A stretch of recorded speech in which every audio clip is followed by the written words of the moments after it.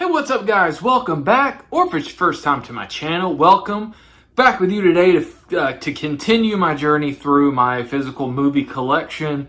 Today, I am on to the G's. Maybe I'll get to the H's as well in this. I'm not really sure, but I'm off work, showered. Want to talk about some movies, so figured I would drop, or at least not drop a video, but record a video. Not sure when this will actually go out, but we got the G's, and that's how many we got. Let's see if we can get through the G's and some of the H's. The H's, there's a lot of those, so sure I'm not going to get to all of those in a single video. Going to try not to shake the camera too much. Got the camera set up on a TV table, so it's not the most sturdy. My cats may bump the table and whatnot. It just kind of happens, unfortunately. But let's talk about movies today. First up, right out of the gate, right out of on top, we got The Gate. I love this movie. Young, very young Stephen Dorff. He's probably like 9 in this movie. Very young. Really good movie. He and his best friend end up inadvertently opening a portal to hell, and it's a really good movie for those that are trying to introduce maybe a younger audience, or maybe introduce even someone that's a teen, preteen, teen, even pre-20s. I guess even honestly into really any age, trying to, maybe you're a horror fan and you have a partner that's not into horror and you're trying to introduce them into the horror genre. The Gate might be a good one to start with, but especially a younger crowd, I think will really get a kick out of The Gate. It's an 80s horror. To me, honestly, I think that it's not CG. There's some claymation. I think a lot of it's claymation. I think there is probably some computer generated or that kind of stuff in The Gate. I think it still holds up pretty well, given the time that it was made, and because I think it's mid-90s. It might be late 90s, but I think it's, or not 90s, excuse me, mid-80s. Might be late 80s, I can't remember. But I think it's one of those that's it's one I remember watching as a kid and not really watching it again until probably the last 5-6 years, and then watching it and being like, wow, I'd forgotten how much I really enjoyed this movie. So it's one of those that kind of is like a nostalgic kick for me, and I really enjoyed. Highly recommend The Gate if you've never seen it. Stephen Dorff in there. Next up, we have Ghost.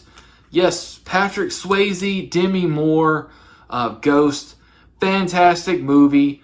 I remember probably seeing, because my mom owned a VHS tape growing up, so because she had a thing for Patrick Swayze. Excuse me, I just spat a little bit there. She had a thing for Patrick Swayze. So she had Ghost. So I probably watched this a little too young to watch it, and I remember it sort of freaking me out. There's a couple of moments with that I don't know if they're supposed to be demons or what.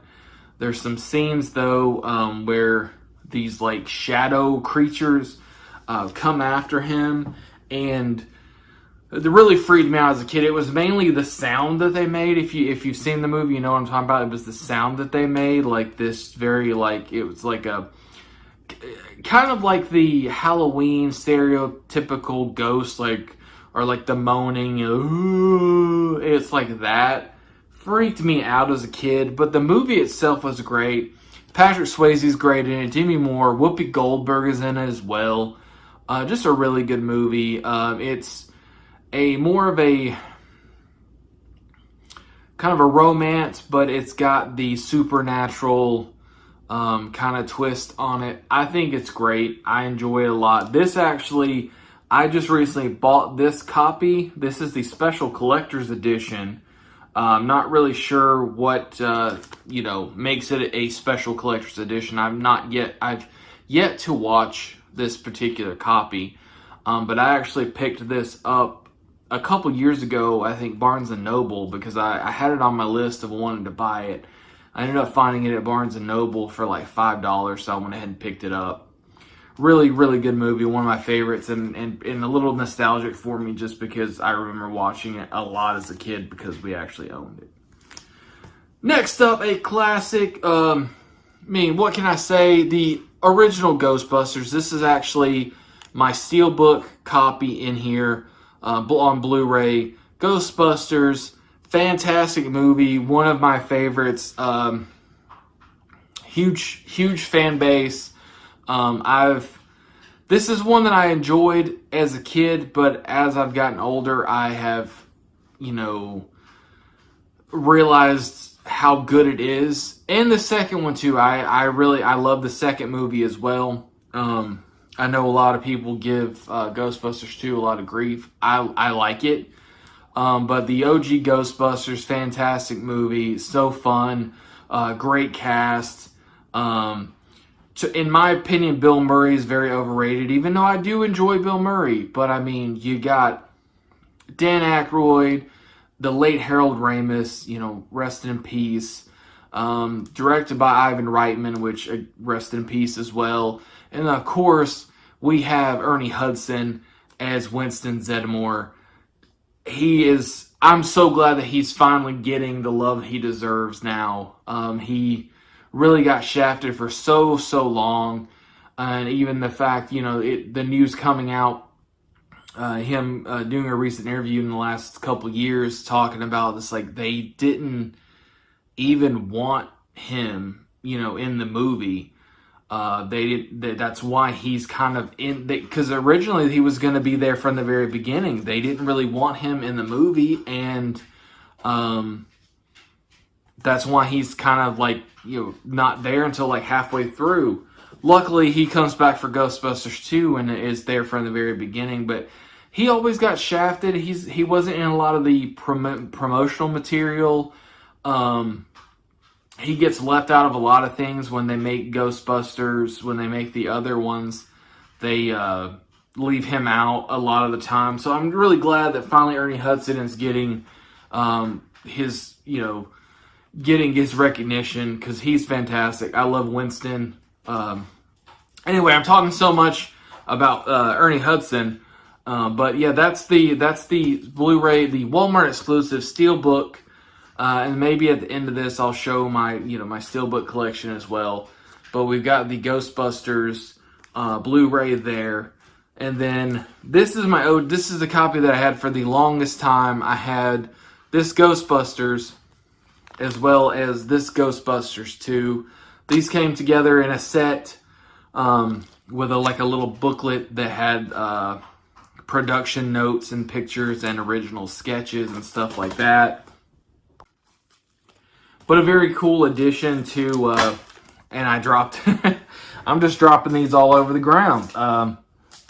But the Ghostbusters 1 and 2 with the kind of, because I don't think there's any kind of like special edition or anything like that, but they do come with that sketchbook, and they come with the special cover and all that kind of stuff. So really, I had these for the longest time before I had this one here. Haven't actually watched the Blu-ray copy of Ghostbusters yet, but I had these for, wow, over a decade at least. So then, of course, we've got Ghostbusters Afterlife there. Perfect, almost a perfect movie.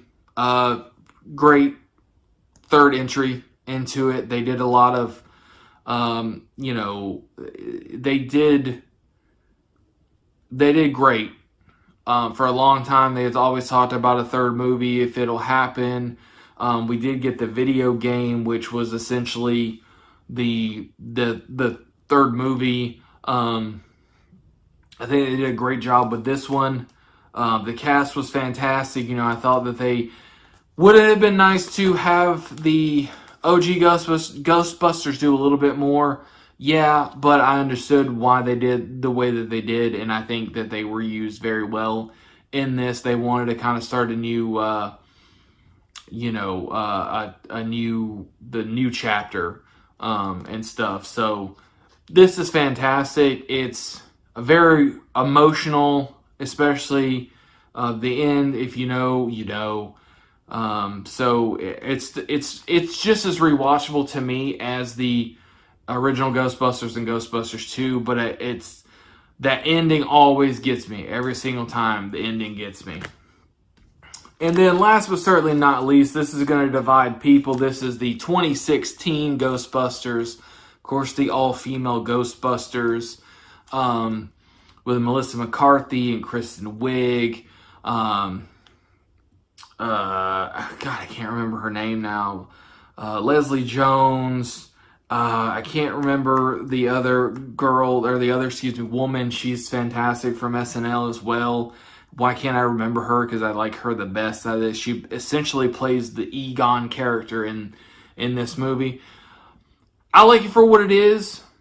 I know a lot of people hate on this. I like it for what it is. I think they did fine. It wasn't as bad as I thought it was going to be, for sure. It definitely has some really good moments. It also has some, like, what the fuck moments in it as well. I don't know. It's okay. I own it. It's in my collection. I only paid $1.25 for it. I found it at the Dollar Tree back when they did, a movie drop there. So I didn't pay a lot for it. Obviously, I liked it enough to have it in my collection. Will I ever watch it again? I'm not really sure. I guess it just depends. Because if I want to watch a Ghostbusters movie, I'm probably either going to watch, 1, 2, Afterlife. Eventually, I have Frozen Empire. Even though I didn't like Frozen Empire as much as Afterlife. It was a huge step down. They tried to do too much. Some of it didn't make sense. Am I excited about what's going to go on, what they're going to do with the Ghostbusters and films? And there's an animated show coming to Netflix, supposedly. I know that I am excited because Ernie Hudson's already said he's game for whatever that they're going to do. Winston's going to be in it, and that's great. Because like I said, Ernie Hudson deserves his recognition. Winston is a great character, and I love the fact that out of all of them, he's the one that became like the most successful. So anyway, let's move on from Ghostbusters. I spent a lot of time talking about Ghostbusters. Hopefully you're a fan. Let me know in the comments if you're a Ghostbusters fan. I love Ghostbusters. I can talk about it for a long, long time. Am I like an aficionado at Ghostbusters? Do I know everything? Am I like, an encyclopedia of Ghostbusters? No, but I love Ghostbusters. It's one of my favorite film franchises for sure. But let's move on. More ghosts. We have Ghost Rider, the extended cut on Blu-ray. This is the one with Nicolas Cage. We also have Ghost Rider, Spirit of Vengeance on Blu-ray. Bought these two together. I don't remember a whole lot about Spirit of Vengeance. I think I only watched it once or twice. The first Ghost Rider, however, I've seen it a few times, and I really enjoy it. I think it's great. Call it a guilty pleasure if you want, I guess. But I think it's fantastic. I like Nicolas Cage as Johnny Blaze. I like the Ghost Rider himself. Looks awesome. There's some really cool scenes in it for sure. So I'm a big fan of the original Ghost Rider, and I can't remember whoever plays the villain in it. He was a kid from American Beauty. I can't think of his name. I don't have my laptop open right now to be able to look it up, but really like his performance in it as well. Next up, this probably is a guilty pleasure for sure. But I really enjoy this movie. I think it's fantastic. I've watched it many times. English is hard, guys. John Carpenter's Ghosts of Mars. This is fantastic. Natasha Henstridge, Ice Cube, I'm trying to think. Is there anyone know? The girl, the girl that oh god, I can't remember her name, but she played in The Faculty. She played in But I'm a Cheerleader. She played in a lot of those kind of like early 2000s, like late 90s, early 2000s kind of teen movies, but fantastic. She's in this as well. This is probably a guilty pleasure. A lot of people either have never heard of this before, Ghosts of Mars, or they saw it and thought it was terrible. I really enjoy it. I specifically remember getting this from, and I think, this is the Blu-ray copy also. I remember specifically ordering this from Amazon a couple years ago because I really wanted to rewatch it. It's one that I remember them showing on TV, but I didn't own it, so now I own it. Next up, we've got Girl Interrupted, Winona Ryder, Angelina Jolie, Brittany Murphy, Whoopi Goldberg is in this. This is a fantastic movie. I really enjoy this movie a lot. I just recently was able to pick this up, this DVD copy from Goodwill, $1.50. I didn't have it in the collection. I've watched it a bunch of times. This is one that I caught on TV or like the movie channels, but never owned it. This is a fantastic movie. I really enjoyed it though. The cast alone is really good, and I just like Jared Leto's got a small role in it as well. But it's just a good movie. It's essentially about a bunch of young girls, like late teens, early 20s somethings in a psychiatric hospital for various reasons, and kind of a character study that's different. Kind of, they have their own trauma, they have their own issues and stuff like that, but they kind of find a community together, and there's the friendships and all this other stuff. There also are some like dark elements to it, and everything. Just a fantastic movie. Really, really like it. If you like Winona Ryder, Angelina Jolie, Brittany Murphy, those characters, I think you'll really like it. It's got a really, really young, the main girl from A Handmaid's Tale. I really wish I had my laptop out so I could get these names. She's in it. She's really young. I think she's a teenager in this, or maybe she's like late teens, but she plays younger in this movie. She's really good in it. Just a really good movie. I highly recommend that one. Next up, we have the, was this 1999's Godzilla on Blu-ray. Say what you want about this movie. Is it perfect? Is it... No. A lot of like OG Godzilla fans hate this movie. There's a lot of hate for this movie. I remember this coming out. It was a big blockbuster of that year. I remember seeing advertisements for it all over the TV. There was a Taco Bell partnership. There was things we're not supposed to talk about him anymore. P. Diddy, back when he was still Puff Daddy, he had a song on the soundtrack, and there was a video with Godzilla in it. Like, there was a lot of money went into just advertising for this movie. Is it perfect? No. Is it great? No. I really enjoy it enough that I own the Blu-ray. I didn't pay much for it. I think I made $5 for it. Actually, my fiance might have bought this for me because I really like the movie, but Matthew Broderick is in it. Again, is it a great movie? No, but it's like I don't know, that maybe that's another guilty pleasure movie for me. Let me sound off in the comments. Let me know. It's like I really need to be taking notes on these things to kind of compile like my guilty pleasure movies and do all of those kind of in a movie or in a video or a series of videos. Then next we've got what year was this? You know what? We're gonna cut 11 what is it, 11 and a half minutes. I need my laptop because I'm doing really bad. I'm trying to remember all these people, all these places, all these things. So I'm going to pull up IMDb and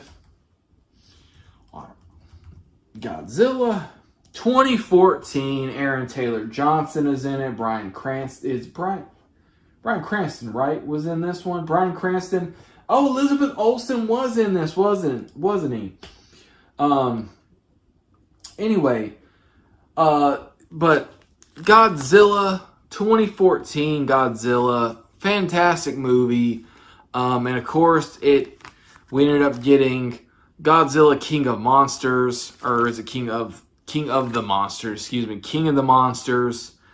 And then we eventually did get Godzilla vs. Kong as well, which I love Godzilla vs. Kong. I also really love Kong Skull Island, which I also have as well. I debated whether or not to put it with this since it's in the same universe. However, I decided to put it in the K's along with King Kong. After King Kong, the original black and white King Kong. I love that movie. Debated though putting it with these. Fantastic movies. I am a sucker for these type of movies. I'm not huge on the OG Godzilla movies. I'm not. I don't know. Those just never really got me for some reason. I like Godzilla and I like what I've seen of those, but I'm definitely more of a Kong fan than Godzilla. But I did enjoy the 2014 Godzilla and the follow-up King of the Monsters. And obviously, I like the 1999 Godzilla.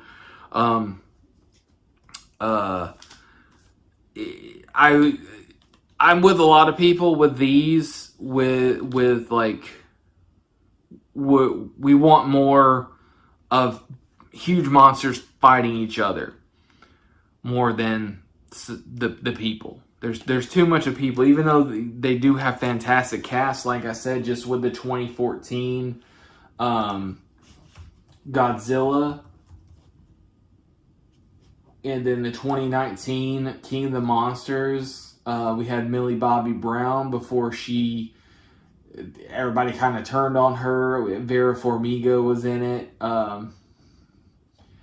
Again, it's like good casts. Good castings, a lot of talented people and whatnot, but it's just like we just want big ass monsters fighting each other, and I think we finally really did get that with Godzilla vs. Kong.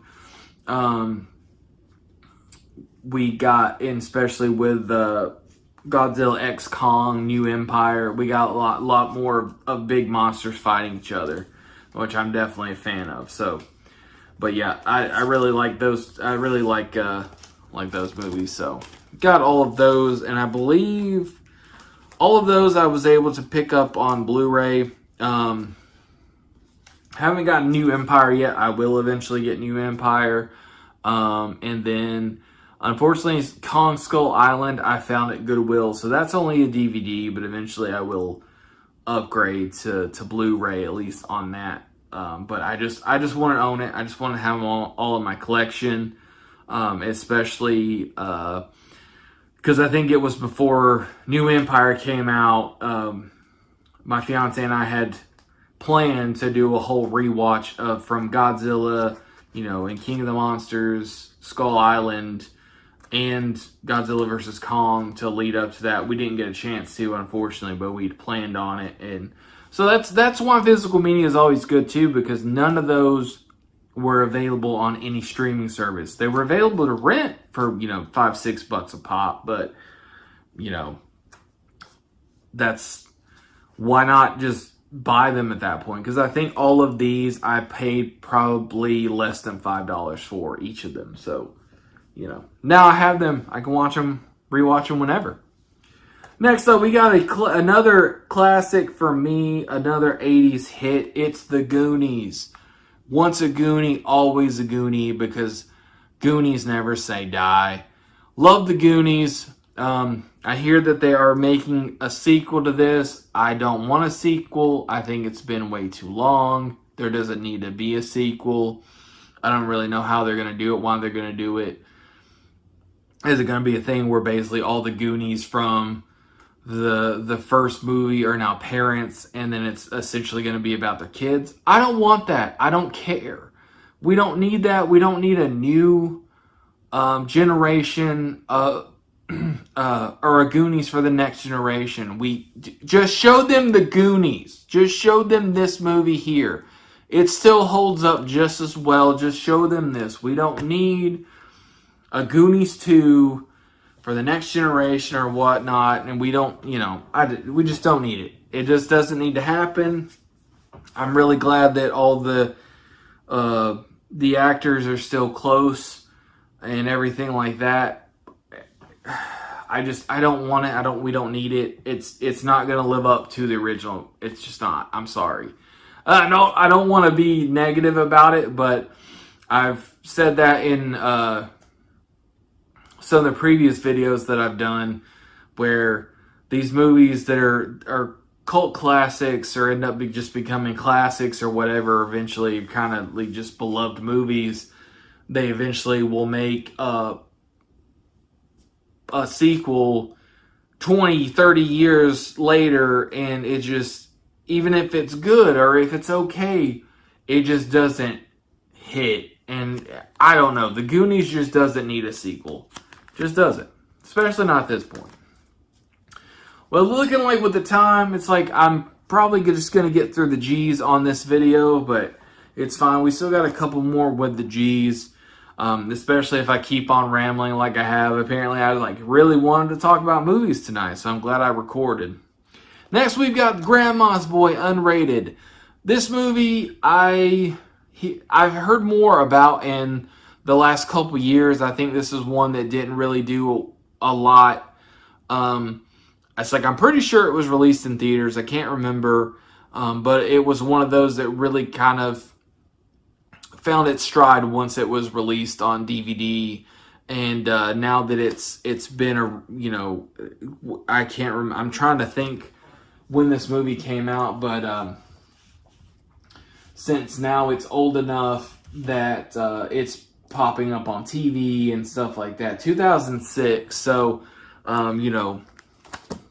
almost 20 years old at this point, which makes me feel like I'm just gonna decay right here in front of you. But I love this movie. It's fantastic, fun comedy. I believe it is a Happy Madison production, so it's Billy Madison. It's Adam Sandler's production company that did the movie. But it's got a fantastic cast, and it's a stupid stoner comedy. And I really enjoy it, but now that it's almost 20 years old, I think it's one of those that people are starting to kind of discover just by happenstance, maybe finding it on Tubi and stuff like that. So it's kind of got its stride a little bit now. But it's essentially about a 35-year-old video game tester that has to move in with his grandma and her two old lady roommates. But I love that he was a video game tester. There's some, video game stuff in it. It's like I'm a gamer. More so back then than now. So it's like that automatically made me interested in it. And it's just, it's kind of stupid, like stoner type humor. And it's, early 2000s. So... And then next up, got more 80s classics of goodness. We got Gremlins and Gremlins 2, The New Batch. Fantastic movies, especially the OG. The second one is good too. Two very different movies. Joe Dante even said with Gremlins 2, it's like he basically made a movie.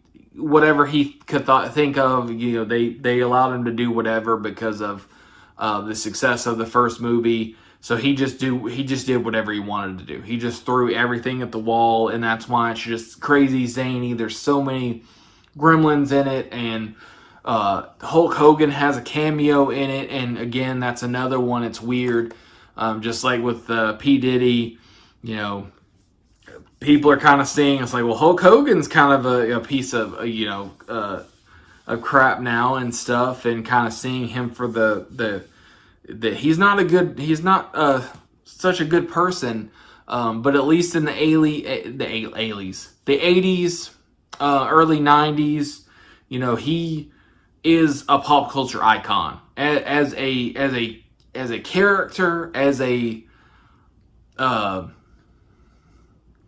you know, I'm trying to find the word, but yeah, pop culture icon, for sure. The person, that's a different story, but it's like Hulk Hogan will go down as that character, that persona, that whatever, the image of Hulk Hogan. But he's in it. Gremlins, though, great movie. It takes place at Christmas time, so a lot of people watch it at Christmas. They say it's a Christmas movie, but you can watch it anytime. It's fine. And Gremlins, the first one is a lot more kind of like down to earth, and even though, I mean, down to earth in the fact that down to earth, obviously taking into account what it's about, you got to just suspend disbelief. It's not realistic in any way, but Gremlins 2 a lot crazier. A lot more happens. Like I said, there's a lot more gremlins, a lot more zaniness, and they have all different types of gremlins, and it's a wild ride. It's experience for sure. But both of those are great. And of course, I love Gizmo as a character from the movie. He's absolutely my favorite. Will we ever get another Gremlins movie? That's another one. It's like, well, at this point, should they? I don't know. It's been so long. Maybe they shouldn't. And then there's talks of then in the same conversation, you could say, well, what about a reboot? I don't know. I think Gremlins has kind of reached the status where it's like, I don't know if a reboot will really work, or a remake, or whatever. Anyway, next up, we got 2003's Grind. I don't really know what to say about this one exactly. Early 2000s. If you don't know, like maybe you do. Maybe you're as old as I am. You remember the early 2000s and the fact that skateboarding was everywhere. Even those of us, because like I've always been a fat kid or a fat person. I was a fat kid. I was a fat teenager. I had friends that skateboarded, but I had never skateboarded personally. But I loved skateboarding. We had the Tony Hawk video games. Loved those. I loved watching the X Games, all that kind of stuff. Skateboarding was huge in the early 2000s. So this movie is basically like kind of captures that. It really is kind of a time capsule for 2003. I don't think this, for me at least, this movie doesn't hold up. It used to be one of my favorite like comedies, at least that I owned when my movie collection was smaller. I don't think it holds up. I rewatched it a couple years ago on like Tubi or something like that. I don't think it's as good as I remember it being, but it is definitely a time capsule, and really kind of shows what life was like in the early 2000s. Skateboarding was crazy. Was took the world by storm, or at least the youth by storm. Bam Margera is in it, and that was, of course, before he kind of took off with Jackass and Viva La Bam and all that kind of stuff. Like, he was just a skateboarder, but he's in it. It's a really good movie, though. It's a good time. Like I said, time capsule of 2003. So if you've never seen it and you kind of want to go back, do that. Or if you want to kind of show your kids or whatever what life was like when you were a teenager, there you go. Pop in Grind. Next up, I've got Grounded for Life. the complete first season. I picked this up at Dollar Tree for $1.25. I really liked this show. I never watched the entire thing, but I do remember watching Grounded for Life. More like on reruns and stuff. I never watched it live, like when it was actually on TV originally, but I watched reruns. I really enjoyed it, so I ended up picking that up. Need to give this a rewatch at some point just to see if I still like it, because sometimes it's like, you remember liking a show and then you watch it now and it just doesn't do it for you anymore or something. Maybe it doesn't hold up. Maybe that could be the case with that. I'm not really sure. Last but certainly not least, for the G's, we have a movie that scared the absolute shit out of me. I saw this when it hit theaters, 2004. We've got The Grudge. This is the American remake. I've also seen the original Japanese, Ju-On is what it's called. That one scares the shit out of me too. But this one, there's something about this one specifically. But I remember going and seeing this with my girlfriend at the time. We met some people there that we ended up striking a friendship up, waiting in line to get to see the movie and stuff. And this movie scared the shit out of me, and it didn't bother me as much watching it. But then later on that night, once we went home and I went to sleep, trying to go to sleep, it's dark, it's quiet and everything like that. Then that woman popped in my head, and that sound that she makes, especially, I still can't stand that noise that she makes. It's the woman. The woman freaks me out. I haven't rewatched this movie in quite some time. I bought it because my fiance has seen it before, but I wanted to rewatch it with her to kind of see if it still bothered me, if I still got the same kind of thing out of it that I did back then. I had watched it a couple times after initially seeing it, but it's been a really long time since I rewatched it. Eventually, I will rewatch it with my fiance and see if it still scares the shit out of me. I'm not so much worried about it necessarily doing it while we watch it. It's more after the fact. It's more later that night when I'm trying to sleep. So. But that's going to do it for this one. That's the G's. That's what we got. We got through the G's in this video. Sorry we didn't get any further than that, but it's like I get into rambling about the movies and trying to tell you a little bit about them, not just what my thoughts are, but if you Google's your friend, or IMDb. Just try not to look too much up. That's the only thing that I worry about. Trying to look up a trailer, trying to look up like IMDb, it showing too much of certain things or something like that. Because you don't obviously want to. Some of these you don't necessarily want to ruin. You just want to watch them. But that's going to do it for this one. Got through another chunk of my movie collection. Hopefully you're enjoying this. Let me know what you think. If you did enjoy it, like, comment, subscribe, all that kind of stuff. And hopefully you'll come back and check out the next installment of this as I continue through. Gonna go all the way through to the Z's, and even then after the Z's, there's some like combo DVDs and whatnot. And then maybe I'll also show my Steelbook collection and stuff like that. And just let me know. It's like, if you have any questions, comments, any of that kind of stuff, please feel free. And I enjoy talking about movies, so anything,